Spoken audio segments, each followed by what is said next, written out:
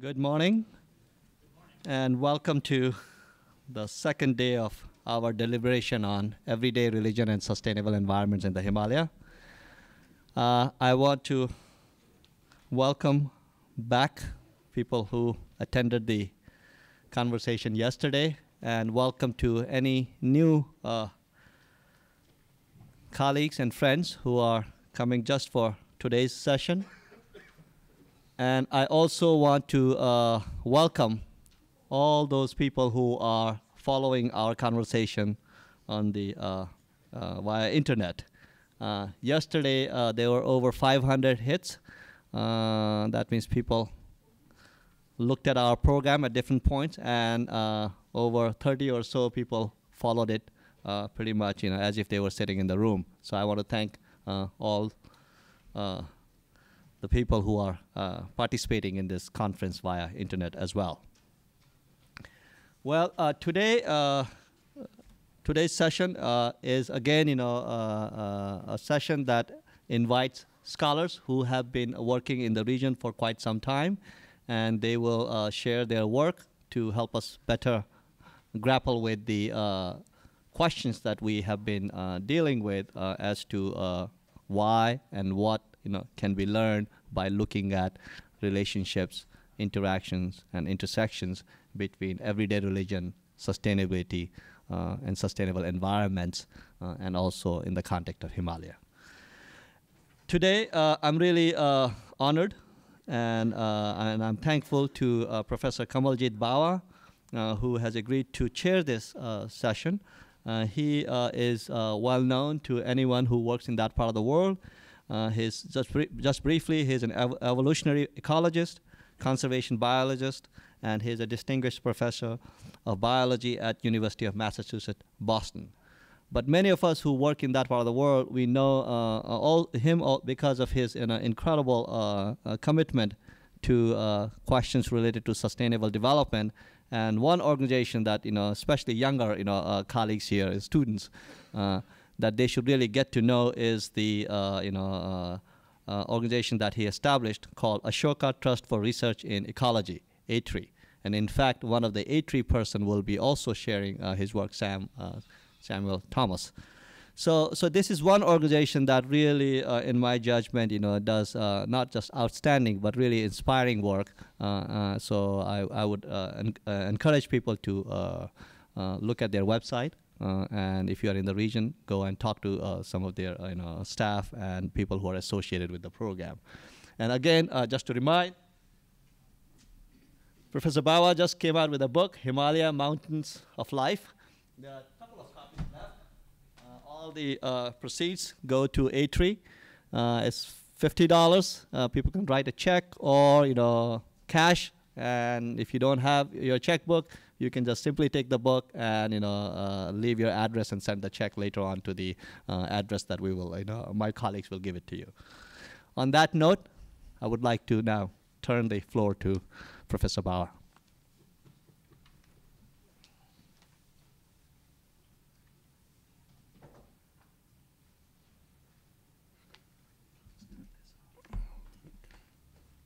Good morning, and thank you, Ashok, for wonderful introduction about me, and very generous words about me, and more importantly, very generous words about A3. And I do urge you to look at our website, www.a3.org, and to continue with this personal plug. Also, the Himalaya book has a website, www.himalayabook.com, and visit that book's website too. I think my job here is to keep the time. Ashok has already introduced you the theme, which is a continuation of our discussion yesterday, and very appropriately titled Practice in Sacred Landscapes. We have 3 speakers and 2 discussants. And I think rather than call all of them at this time to the stage and then ask them to move back to their seats when the presentations begin, we will dispense with that formality, and I will ask them to come to the stage during the question and answer session. Organizers have invested a lot in me for keeping the time. I intend to be very serious about it. If the speakers think they have more than 15 minutes, think again. We don't want to indulge in physical violence, especially when you're talking about Buddhism and the Himalaya, but we do want to keep the time. So our first speaker is Jeremy Spoon from the Mountain Institute, Deities Bringing Foreigners to See Mount Everest, Tourism, Everyday Buddhism, Environmental Sustainability in the World's Highest Ecosystem. Jeremy.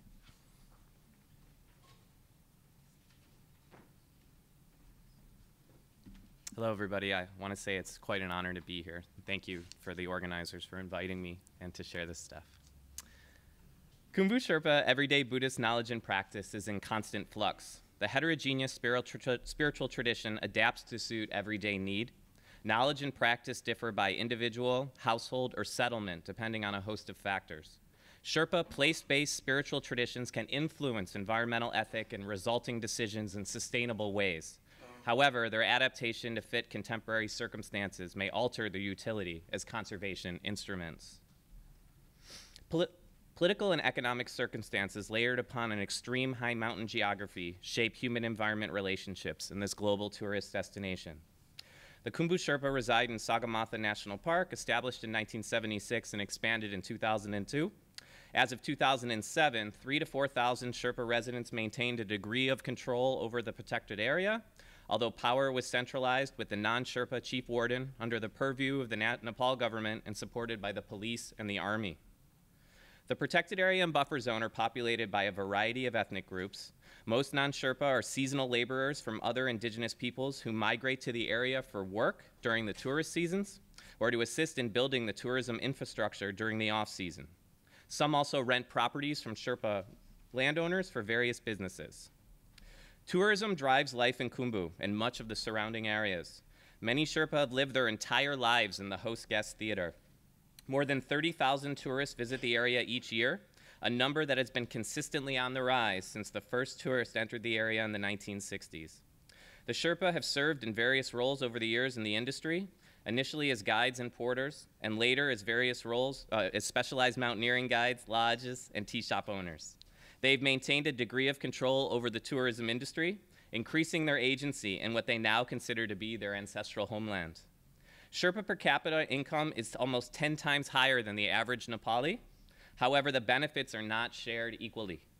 Households along the tourist route have higher economic capacity, owning the majority of lodges and tea shops along the trail to Mount Everest Base Camp and associated destinations. Households off the route practice more agropastoralism and serve in on-the-ground tourism positions, such as mountaineering guides. In the words of a female lodge owner, rich people work in offices and poor people go into the forest. All Sherpa households own agricultural fields, far less continue to own livestock, mostly yak and yak-cow hybrids. Most agricultural and pastoral activities are outsourced to non-Sherpa laborers, especially households along the tourist route.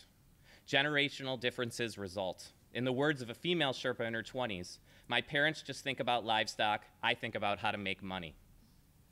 North American, European, and other visitors flock to the area when the views are clear. Most tourists are trekkers, 83%, although mountaineers are staples in the area at 17%, scaling some of the world's highest peaks at different times of year. Many products are brought into the area via airplanes, helicopters, and human porters for Sherpa and tourist consumption. Inflation in the area is quite high compared to Kathmandu, 100% in 2006-2007, adjusting Sherpa economic capacity. Non-local products crept into Khumbu and are now staples for Sherpa and tourists, such as packaged foods and alcohol from throughout Nepal, India, China, Thailand, and beyond. The standard of living has increased for some households, especially related to material goods. Increased value on material goods and their normative role in Sherpa culture has welcomed a stellar stream of cellular phones, DVD players, and cyber cafes. Sherpa youth now watch Hindi movies and listen to hip-hop music. North Face, Patagonia, and Mountain Hardwear are local fashion. Refrigerators and washing machines are more common. Many spend part of the year in urban Kathmandu and the rest in rural Khumbu. I sourced the following information from 22 months of ethnographic fieldwork conducted between 2004, 2007, and updated in 2008 and 2011. Most data originates from a stratified random sample of 100 individuals selected from electricity records and a local census. I also chose a 15% sample of Sherpa monks across 6 age groups through convenience sampling. Additionally, I draw from key consultant interviews with monks, lamas, and other knowledge holders to serve as a baseline of certain information. It is accepted that Sherpa Buddhism has been consistently changing over time and that the configuration during the research period was epistemic, specific to time and place, and in flux. The key consultants and literature serves as this historical memory of these traditions for this study. These results have been discussed at length in other publications, and I will not give you a headache right now in looking at them. In this paper, I draw from these findings only as macro trends and add new research from unpublished results from the original research and subsequent updates. The Sherpa arrived in Khumbu around 500 years ago from Kham in eastern Tibet because of war, famine, or droughts. The Sherpa are Tibetan Buddhists from the Nyingma sect. Guru Rinpoche, or Padmasambhava, is the progenitor of the sect, one of the first formalized evolutions in Tibetan Buddhism after its arrival in the 9th century Tibet. Lives are lived in a cyclical existence of reincarnations with the hope of achieving a higher status in reincarnation through the accumulation of sonam, or merit, freeing an individual from the cycle. Sherpa Buddhist practice is stable and pervasive. Practice involves the pleasing of a variety of deities through ritual in the home and monastery that protect the Sherpa from a variety of maladies, ranging from environmental disasters to plane crashes. Worship occurs both in the home and community temples called gompa, which were not established until the late 17th century. Higher status families with greater economic capacity can express their wealth through feeding back resources into the monastic community and by hosting blessings in their home. Some elaborately host annual ceremonies, such as the Dumji celebration, where veneration of local protector deities occurs in the home, monastery, and on the slopes of the sacred mountain. Others conversely scorn it as a huge economic burden. Sherpa Buddhism generally considers the land as spiritually endowed in dual and overlapping ways. The first, Bayul, or hidden valleys, are valleys set aside by Guru Rinpoche for his followers in times of need. The power of the Bayul depends on an ideal code of conduct that prohibits the harming or killing of sentient beings, from humans to animals to plants. Further, Bayul residents cannot go hungry, and a general sense of peace and harmony must prevail in the social landscape. Breaking the code results in the weakening of the Bayul powers and its ability to protect its residents from the negative forces in the world. Guru Rinpoche opens some Bayul for his followers in times of need, such as Khumbu, while others remain closed, awaiting the appropriate time for opening. As of 2007, knowledge was heterogeneous across the population, centered in older generations, some households along the tourist route, and monks, with a few exceptions. It has experienced revitalization of late from various NGO projects, of which I was a part of, fueled by the monastic community, which included a documentary film on Bayul. One elder consultant commented that there were signs that the Bayul was no longer protecting the Sherpa people, evidence in the Glacial Lake outburst flood risk. He attributed this lack of protection to youth stopping to practice the Bayul code of conduct. Yula, or mountain protector deities, are the other primary spiritual endowments of the landscape. Buddhist clerics characterize them as demons subdued by Guru Rinpoche that re-emerged as protectors for his followers, if pleased. They serve as local representatives of Guru Rinpoche, enforcing a place-based specific mandate dictated by the deity. They live atop mountains, typically central to human habitation. In Khumbu, there are various protector deities depending on location of settlement, this most central being Khumbu Yula, shortened to Khumbila. Reverence the deity includes participation in the annual Dumji ceremony, placing white flags on the house on particular days, and burning incense, especially tree juniper. In the past, multiple mountains had protector deities with various powers that lived upon them. Many of these peaks were also popular mountaineering destinations and the sources of wealth for many Sherpa trekking agency owners, mountaineering guides, lodge owners, and others. It appears that the number of deities is lessening and the powers are being centralized in select deities, a homogenization in a way. The protector deities contain various associates called kor that assist in watching over the believer's behaviors, both good and bad. The core of Kumbila are the Himalayan tahr, yak, sheep, and the yeti in some areas. Environmental taboos are extended to the mountain home of Kumbila and surrounding forests, as well as the welfare of his associates. As of 2007, Yula knowledge was generally stable across the population, centralized on a few mountain peaks.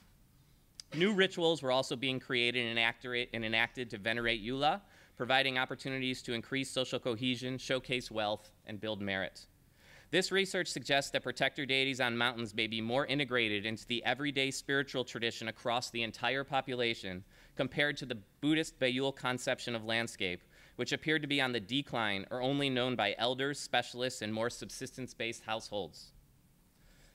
Ontology is the study of people's nature and relations of being. It expresses how people perceive the world came to be and how it functions. For some cultures, it connects people to place, guiding environmental decisions. In an ideal sense, Sherpa Buddhism ontologically connects humans and the environment in some environmentally sustainable ways. Landscape features such as trees and water sources are considered the vessels for deities with direct connections to humans in their lives. Human interaction with these spiritual entities includes taboos on the harvest of live wood, especially in monastery forests, prohibitions on the harming or killing of animals, refraining from pollution in water sources, and restrictions on the climbing of mountains. Wildlife is considered the associates of protector deities, observing behavior and providing good luck where they should. These ontological connections erase the division between humans and nature in an ideal sense. In the contemporary context, other ways of knowing, plants, animals, water, mountains, and climate, intermixed with the aforementioned place-based spiritual values. Indeed, indigenous knowledge is now an assemblage of local knowledges. Most Sherpa under 50 years attended some form of Western-style school and lived their entire lives within the Western construct of a toured national park.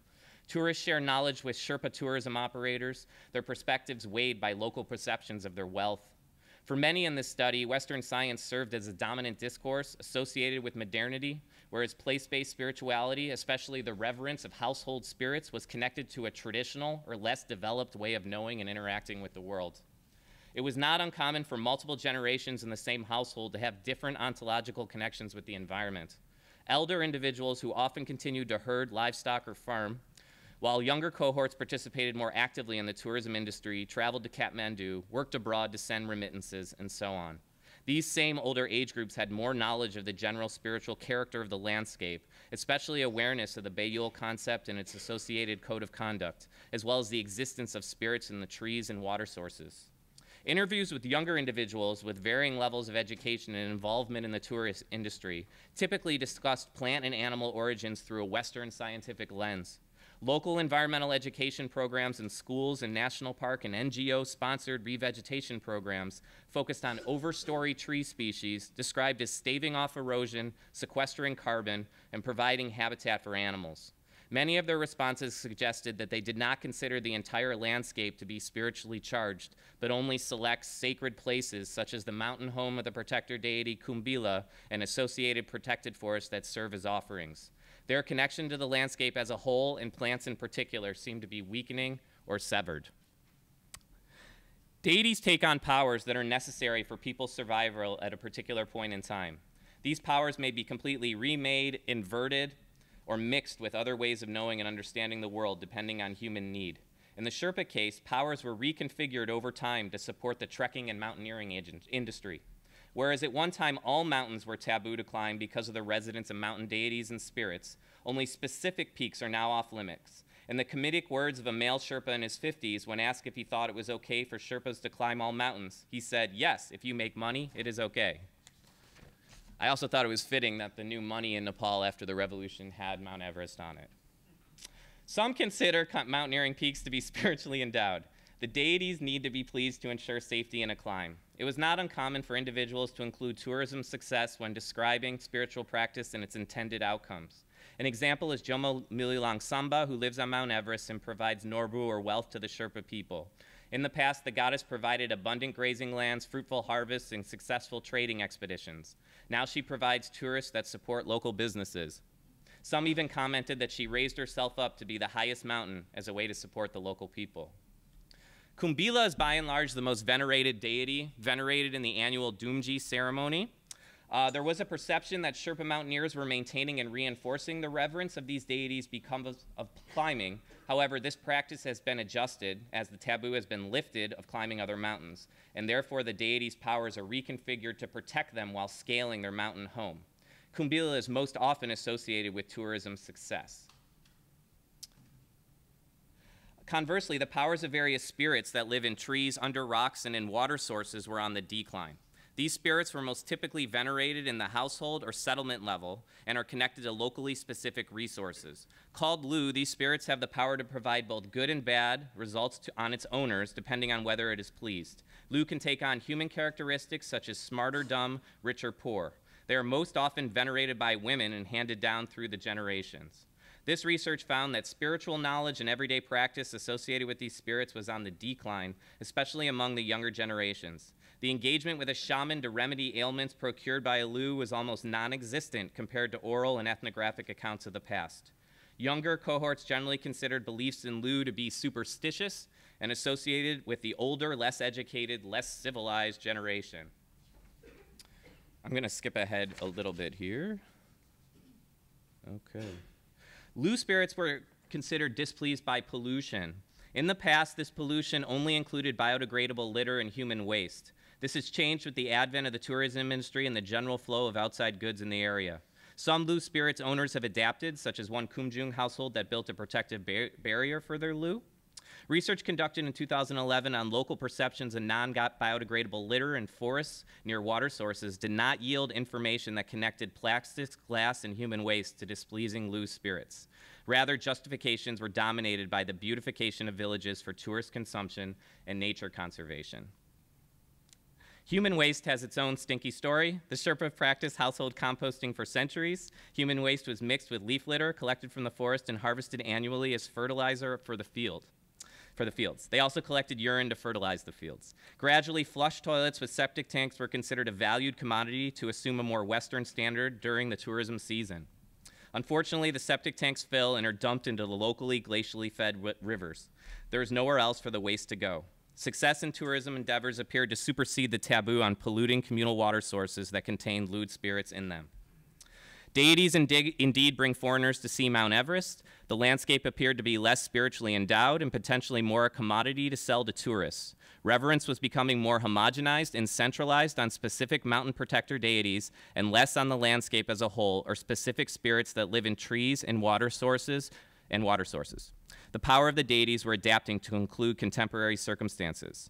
This configuration of worship may be more conducive to urban Sherpa communities in Kathmandu and transnational groups in New York and elsewhere because it is less place-based and more homogenized, common in Tibetan diasporic and transnational contexts.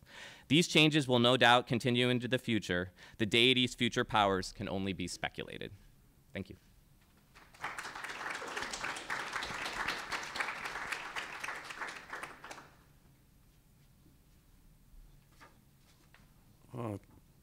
Thank you, Jeremy, and we'll come back to you for questions later.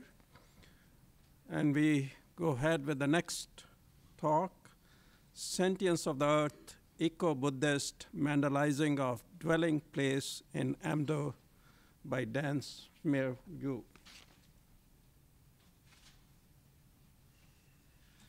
Thank you, Gina, Drew, and Ashok Groen, and all your staff, wonderful staff. I really appreciate organizing this wonderful conference. And also, since it's a live feed, I think my director also watching it. I want to thank Peter Van der Veer.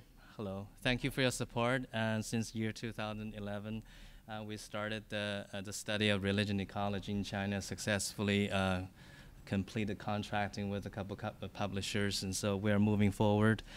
And also, I want to say hi to my family, my kids and wife also watching me right now. Hello, Wendy. Hello, Devin. Hello, Merlin. Can't hear you. Could you put the mic a little Okay, yeah. And because as an anthropologist, family is an integral part of a research career. And we move around the world, travel to Tibet, write together, and getting online. Kids do their nano work, writing competition, and I do my own research. So about this paper, was rewritten based on my first version in my first book. I decided to take a different angle, especially when I received Gina's email, Ashoka's email about emphasis of lived religion, embodied religion, and I decided to redo it. And plus, I shot a documentary on all the subjects I mentioned in my paper, so I decided to reinterpret what does it mean to be sustainable, and what does it exactly mean? Are we trying to sustain our development drive in China, so-called modernization? Are we trying to sustain a small community? And this is a question I pose to you.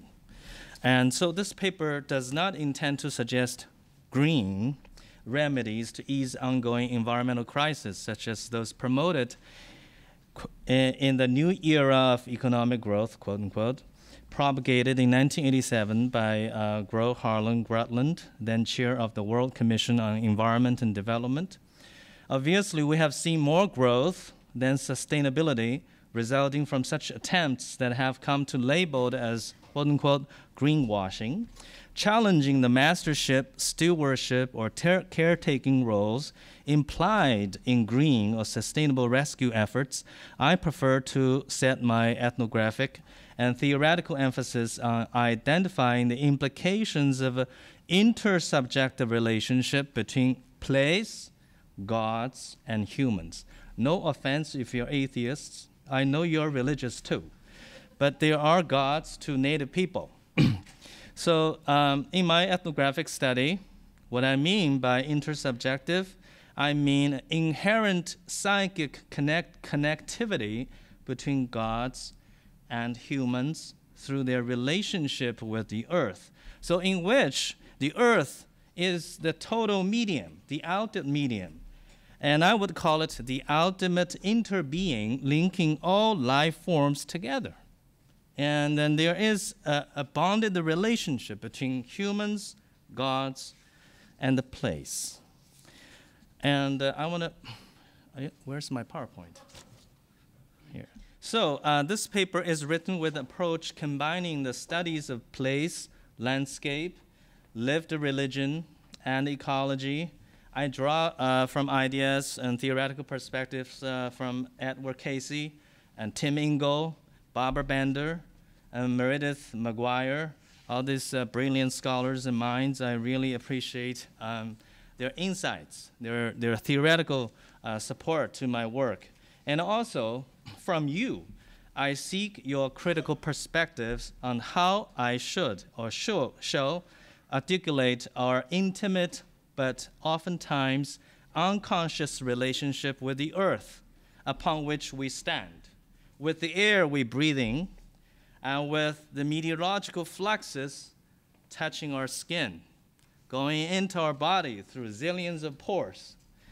And so earth is speaking to us in a nonstop fashion. And I want to invite you to feel the sense of the earth as we speak. So I want to share with you my inspiration from Tibet. I'm a student of Tibet, Tibetan people, Tibetan culture. I feel I'm increasingly drawn to it.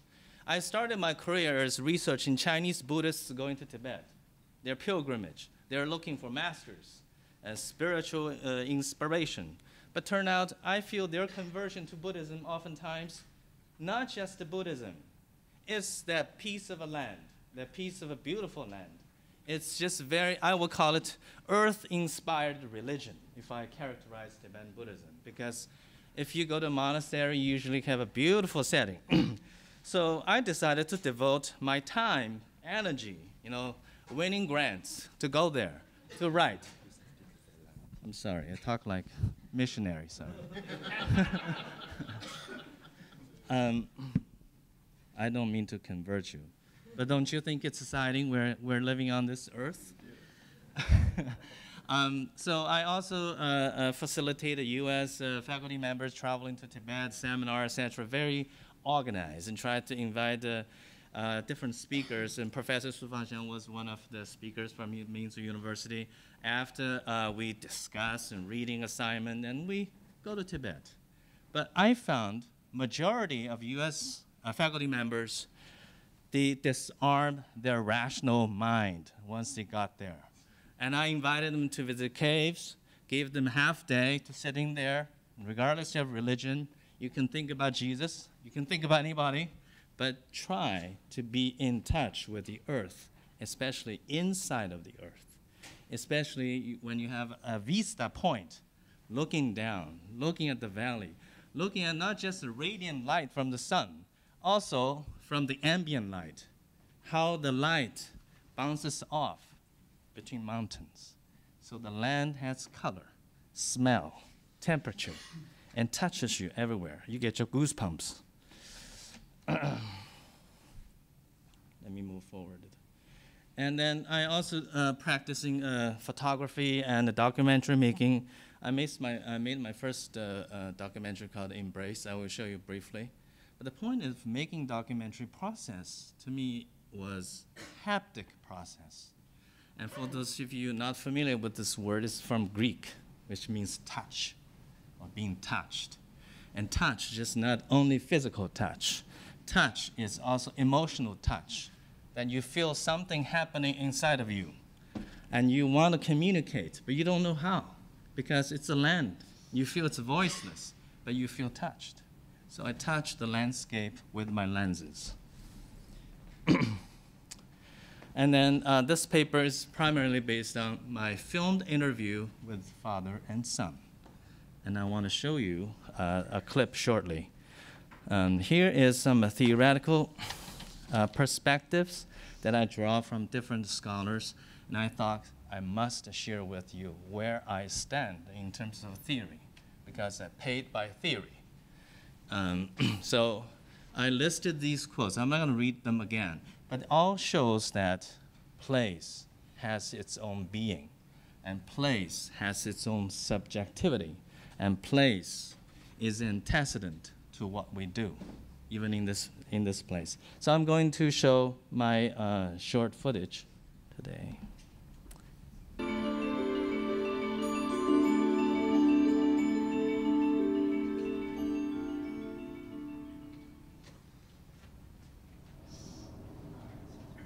Gardiu, garu give leader kuga to shakshia gani kuga, nokshukan meni, haju kuga kashwa kumbu to go, young to suit to jizu, da jipu agizu, kashwa zinta, that you are gardi. That you know, no one munjeri, show.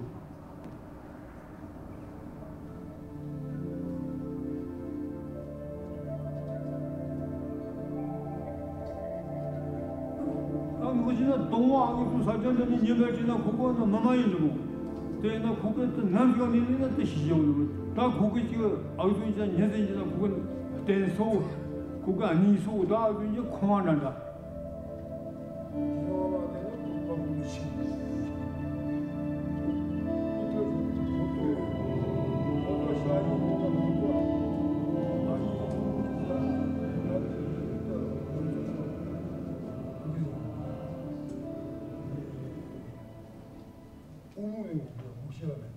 아무튼 다 인대고 말이야. 그가 신주 지도라고 말이야. 다 지금 지리 먹는 지도가 지고. 그가 저 점처가 그 식세 점처가 되니. 그게 다 너마인 소고 너마인도 식세 그 점처잖아. 다다다가 삼아 지리 다도 얼마 사자 지연바도 어느 때가 그 얼마 돈좀 다지 못. 이 정도.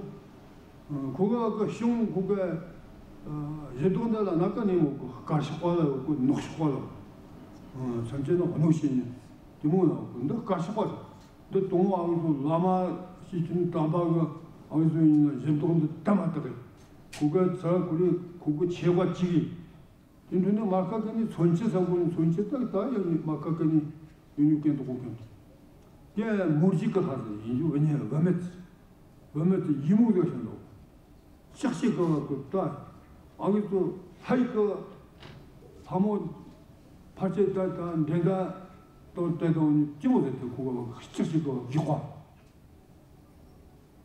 또 가이그 네 무시가 장모인 때문에 싶다 더 미탁도 말이야 나 거기에 기성들이 강화되니까 그쪽지도 쉬고 다 그거 이제도 나가고 다 이제 시에디다가 그 하는 거니 너도 갖고 또 너가 자치고 또 그거 쏘는 거 접선을 예반이 너무 또 조리나 이거 너거나 손다 놔줘야 손다 놔줘다 지금 탈제 정도다 얼마나 다리 녀다 아니가 아주 너 쏘다던 생긴 삼방인데 쉽지가 않네 셀라 보니 그래서 그런 거죠 장구 싸서 장구 치통 넣고 예 지금 또 그때 우수그로 못다 아기 좋은데 또 없나고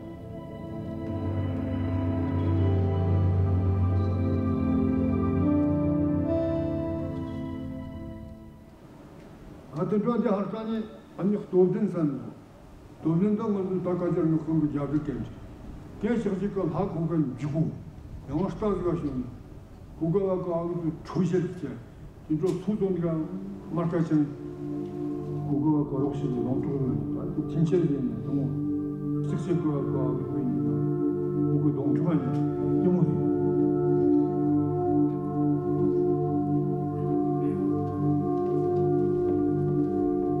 아니 동라 아니 고르지 아마 손체 아니 넘고 아니 헛돌된 뜻한 집도 사자는 그거 아주 이나 그거가 그 성수실이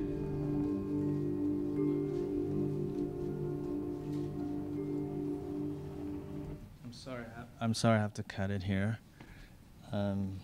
If you go to AAS, I think it's scheduled on March 22nd, 8:30.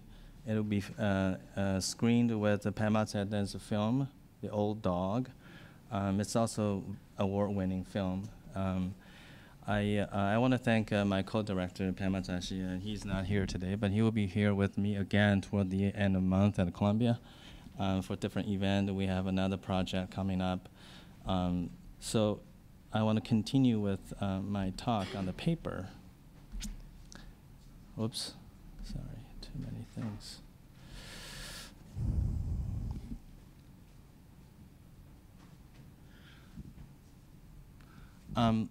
I project these words because they actually are the elemental building blocks of current scholarly work on Tibetan sacred sites and the human-place relationship. And these words are very important, and they look simple, and yet it's very complex. Complex in the sense that, just like yesterday, we were asking questions like, are these earth gods Buddhists? Are they not? Or does it matter if we pose these questions? And I think it does matter. It matters in the sense that who is in charge of this piece of land? How we communicate with each other. And then the first three words, from top to the third one, I would group them together and say, Lani. It's basically, you can translate it as sacred site, but it's special sites. And then different kind of gods, etc., usually characterized as three types, the last three, La, Le, Je, De. And then, since I don't have a whole lot of time left, I want to share with my argument against existing perspective on sacred sites in Tibet. I mean, these are relevant in the sense that only relevant to these landmark mountains, Animaching and Ganrenboche, and these huge mountains.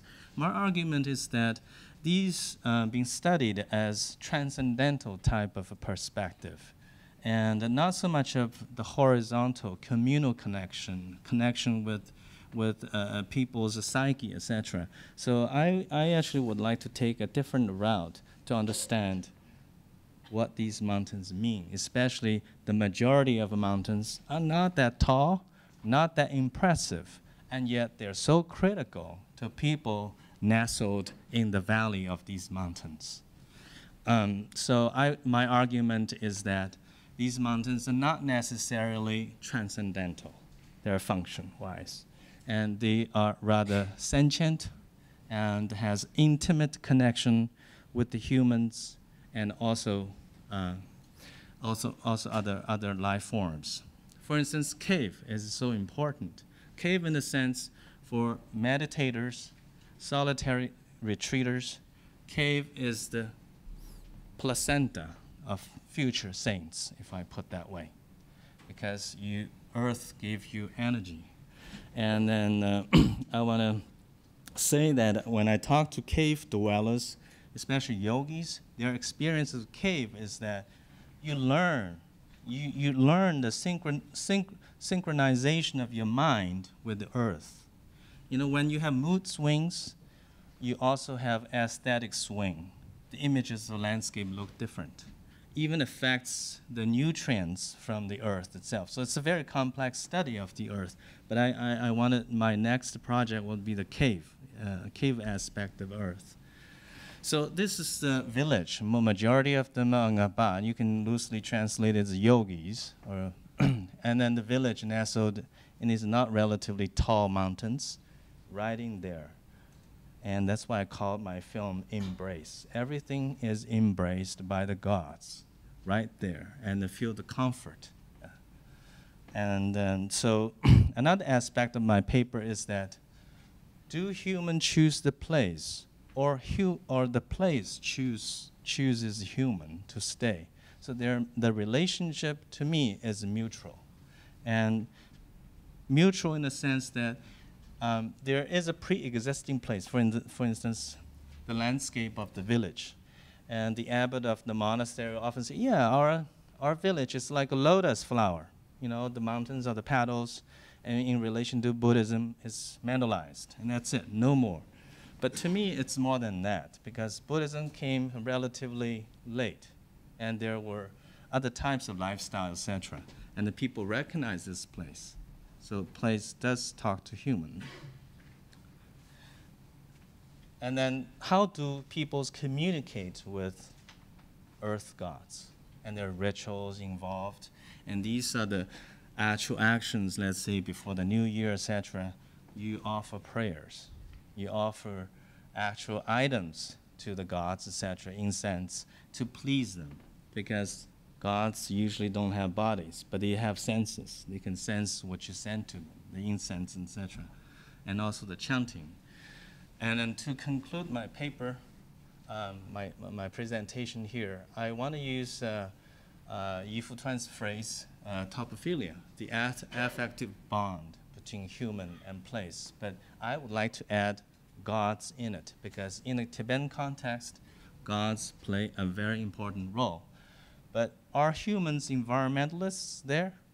But sometimes I have a second thought. I rather feel, let's say, the village, and people don't want to do the environmental degradation, usually is out of fear, a fear of being punished. If I kill a wild animal, the gods will punish me and give me bad health. Not necessarily I'm a voluntary to be an environmentalist, but the mechanism is built as such. Maybe we can discuss that. So my last frame is that the question to all of you, do landscapes have subjectivities? I just projected the Gaon Rinpoche here. This mountain has different names. And why is that? It speaks to different ethnic groups with different names. And there must be some kind of answers that are worthwhile to explore. And thank you very much.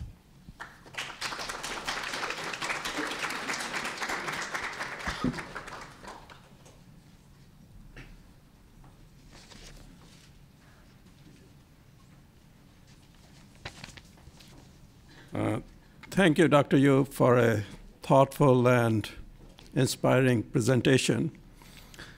Videos do count within the 15-minute time frame. I know, Sam, you probably don't have a video, but the next speaker is Samuel Thomas from the Ashoka Trust for Research in Ecology and the Environment. And the title of the talk is The Sacred and the Material, Everyday Choices in Resource Landscape in the Indian Himalayas.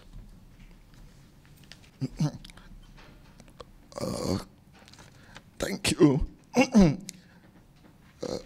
have a dysphonic condition, so please bear with me. I'll take less than 15 minutes. Thank you, Ashok, Gina, and the rest of the staff at the new school for giving me this opportunity. I'm not a scientist. The insights I'm presenting here were gathered over a period of 5 years when I was managing the A-Tree grants program in the Eastern Himalayas and working with a range of, civil society actors and researchers in the region. It's a work in progress, and your feedback will be useful. So, the Indian Eastern Himalaya is an area of great, ethnic and biological diversity, and it's considered one of the global biodiversity hotspots. And this is, just a few pictures that give you a sense of that diversity that exists there. I choose this picture here because, this kind of a matrix characterizes a lot of the, landscapes in the Eastern Himalayas. Of course, you have a different land use when you go higher and, slightly lower, but the mid-hills are largely like this. And what determines this matrix is often what we are talking about as, everyday religion. It's about what you use, what you spare. It could be a water source. It could be a sacred forest. So the elements are often determined by people's, idea of what is sacred, and what is material. And unlike in the rest of India, traditional institutions and, clan institutions, they govern a lot of the forests de facto, although the state claims them as unclassed state forests. And there are, rules about what resources you can use at what time of the year, what you can hunt and what you can't hunt. And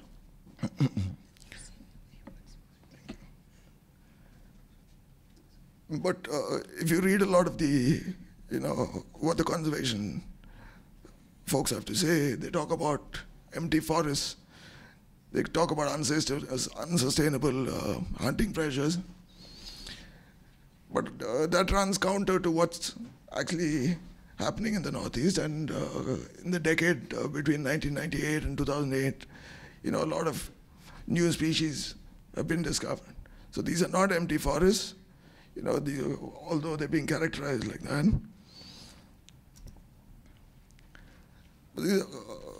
Humans have also modified these landscapes to a large extent. The Apatani of Arunachal Pradesh, they're supposed to have moved with the seeds of pine and bamboo. And so they transformed many forests, with the seeds that they carried. But they've also, communities have set aside, very significant areas as sacred forests and, community forests. And there's collective decision-making and very informed decision-making about, what can be used and whether certain areas should be allowed to recover. But not all traditional use is benign. Recently, there was the example of the mass hunting of Amur falcons, a migratory species in Nagaland. They were estimating that close to 150,000 birds were removed, when they were passing through. And that a similar subpopulation that used to winter in peninsular India may have been wiped out due to local hunting, right? There's also the ghost tree, which is now extinct in the wild because it was thought that when it flowered, it caused famine. So people cut down every single ghost tree, right? So, when we talk about everyday religion practice, it's not always, it doesn't always have conservation outcomes. Sometimes, these things result. But communities are sensitive to what's happening in their landscape and they've got information. So one project that we worked with in the Tali Valley Wildlife Sanctuary, 16 hunters set aside their guns to do a camera trapping exercise over a year. And based on that information, the Apatani clan heads decided that they may have to ban hunting for a certain period to allow populations to recover.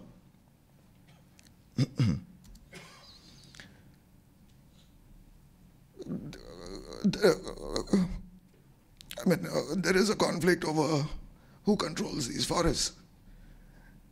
And although the Northeast has special status and a lot of customary law, the government says that all forests other than the private forests and lands are unclassed state forests. And this is a certain erasure of the lived realities of those landscapes, and but it's also it precedes capture for other purposes, for creating protected areas, for diversion for dams or whatever. Once the state claims it as its own, then it's diverted for other use. The stated aim of the government is also to increase the area under protected areas. Although we know how well they're managed, and a lot of them are just paper parks. The government has no presence, the government has no clue. And a lot of the crisis narratives center on hunting and shifting agriculture, and they're always portrayed as harmful. The Forest Rights Act of 2006, granted people, the rights over their land and over the forests that they used.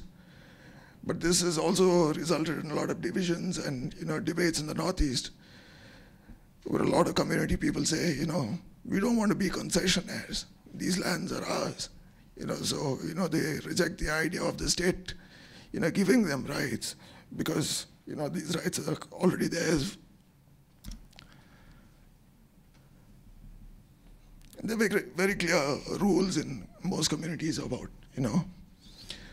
what can and cannot be hunted, and a lot of this has to do with people's beliefs about certain animals. Okay. One of the researchers we worked with, he went to Mehau Wildlife Sanctuary to study the hula gibbon, which is India's only true ape. And he came across a problem typical to the Northeast. The Idu-Mishmi people do not hunt the hula gibbon. But there were other developments in the landscape that were threatening the primate. The horticulture department was encouraging people to set up, orange orchards. And that was creating gaps in the canopy, which were affecting this very social and exclusively arboreal, primate. So although, a community might protect a certain animal, and this might be significant to the survival of viable populations, other developments, could threaten it. Buddhist tribes in general, the Monpa, the Sharshop, they generally don't hunt primates. And the Gangetic dolphin, for example, is protected in the Kulsi River by fisher folk, but it's hunted by others in the, in the main course of the Brahmaputra. So, viable populations exist where it's protected, but in other places, it's very threatened. Yeah, that's the hula gibbon, and that's the Gangetic dolphin. But there are other changes as well. In Mizoram, 2007, I was attending a meeting called by the Forest Department to announce a new project. And a senior official of the Forest Department was telling the gathering that Adam was the world's first forest guard because God gave him charge of Eden. Surprising coming from a government official at a government function. But not so surprising because Mizoram went from being predominantly animist to almost completely Christian in 100 years. So what happens when a singular view of nature, in this instance a Judeo-Christian view, replaces a whole range of creation myths, and taboos and other beliefs about animals, about nature? And these are questions that we might want to ponder. There are also systems under stress, because of various factors. And this is a picture that is in the book. It's not very clear, I think, but there's a pelt of an endangered clouded leopard hanging in a Naga kitchen. It was hunted during a mandatory no hunting period by the village head, right? So in many cases, these individual choices are undermining, collective decision making about, conservation. In the case of the Amur falcon that I referred to, they estimated that about 2 truckloads of these birds are delivered to Dimapur. So there's a certain commercialization. There is selective hunting for high-value animal products, all of which, are undermining the resource use rules that have been in place for a long time. But the larger problems are with monocultures, with dams, and mining in the Northeast. So while we talk about everyday religion and practice in the Northeast, we need to situate it in terms of what's happening across the Northeast. If I spoke of all the hydropower projects that are planned for the Northeast, it'll probably make some of you very violently ill. So I'll stick to Sikkim. And it's quite bad. 1 state, 1 river system, and 28 proposed projects. That communities in their small ways might be conserving, might be doing a lot of things. But these larger developments are changing the coordinates of everything, And it's, destroying traditional homelands, resources, and the way people used to manage them. So, we need to understand and situate this in terms of the larger developments in the region. And we need closer discussions across disciplines and filling key gaps in our understanding of how these various systems, these matrices have complemented conservation efforts. But yesterday there was a question about what institutions can do, and Thomas said he's not very hopeful. But the World Bank, in its infinite wisdom, once said that Himalayan hydropower sites are, from a social and environmental perspective, among the most benign.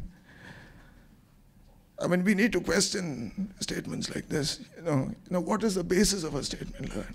Because that then becomes the blueprint for India's hydropower policy.